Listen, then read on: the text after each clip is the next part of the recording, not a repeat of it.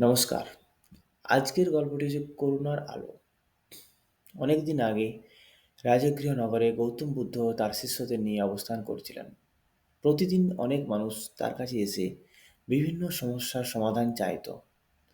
বুদ্ধ তাদের কথা শুনতেন এবং করুণা, সহানুভূতি ও আত্ম উপলব্ধির মাধ্যমে তাদের জীবনের পথ দেখাতেন। একদিন এক গ্রামবাসী এসে বুদ্ধের পায়ের কাছে বসে কাঁদতে লাগলো। গ্রামবাসী বলল, ভগবান, আমাদের গ্রাম সম্পূর্ণ ধ্বংসের পথে। মানুষ পরস্পরের প্রতি সহানুভূতিহীন হয়ে পড়েছে। কেউ কারো সমস্যার প্রতি দৃষ্টি দেন না। আমাদের সাহায্য করুন।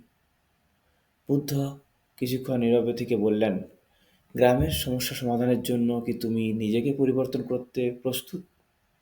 গ্রামবাসী অবাক হয়ে বলল, আমি একা কি করতে পারি ভগবান? পুরো গ্রামকেই তো পরিবর্তন করতে হবে। বুদ্ধ শান্তভাবে বললেন, নিজের মধ্যেই শুরু করো। একটি প্রদীপ অন্য প্রদীপকে জ্বালিয়ে দিতে পারে। তুমি প্রদীপ হও।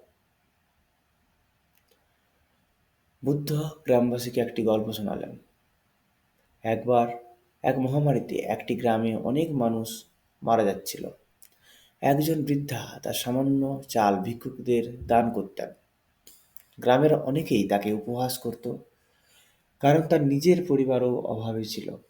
কিন্তু বৃদ্ধা বলতেন, আমার কাছে যা আছে তা যদি অন্যকে সাহায্য করতে পারে তবে আমি কখনো দুঃখিত হব না। বুদ্ধ বললেন, একজন মানুষের ছোট্ট পদক্ষেপ পুরো সমাজে পরিবর্তন আনতে পারে। একদিন এক ধনী ব্যবসায়ী বুদ্ধের কাছে এলেন। তিনি বললেন, আমি অনেক দান করি, কিন্তু তবু শান্তি পাই না। কেন? বুদ্ধ জিজ্ঞাসা করলেন, তোমার দান কি অন্যের জন্য নাকি নিজের নামের জন্য? ব্যবসায়ী নীরব হয়ে গেলেন। বুদ্ধ বললেন, যে দান নিজের স্বার্থ ছাড়া করা হয় সেটাই প্রকৃত দান। অহংকার নিয়ে দান করা অহংকার নিয়ে করা দান অন্ধকারে হারিয়ে যায়। বুদ্ধ একটি অনুশীলন শুরু করার পরামর্শ দিলেন। তিনি গ্রামের মানুষদের বললেন, প্রতিদিন একজন অপরিচিত ব্যক্তিকে সাহায্য করো, কোনো কিছু পাওয়ার আশা ছাড়াই। তোমাদের করুণার শক্তি দেখতে পাবে।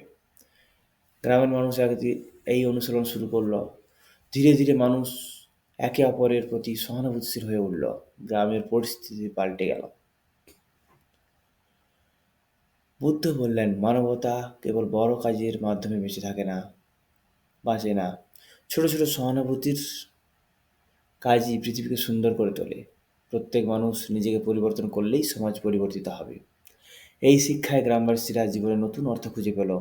করুণা এবং সহানুভূতির মাধ্যমে তারা তাদের জীবন এবং সমাজকে উন্নত করল।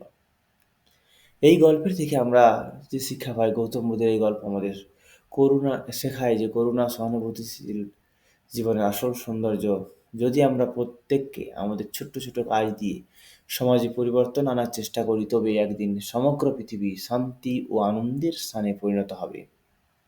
ধন্যবাদ।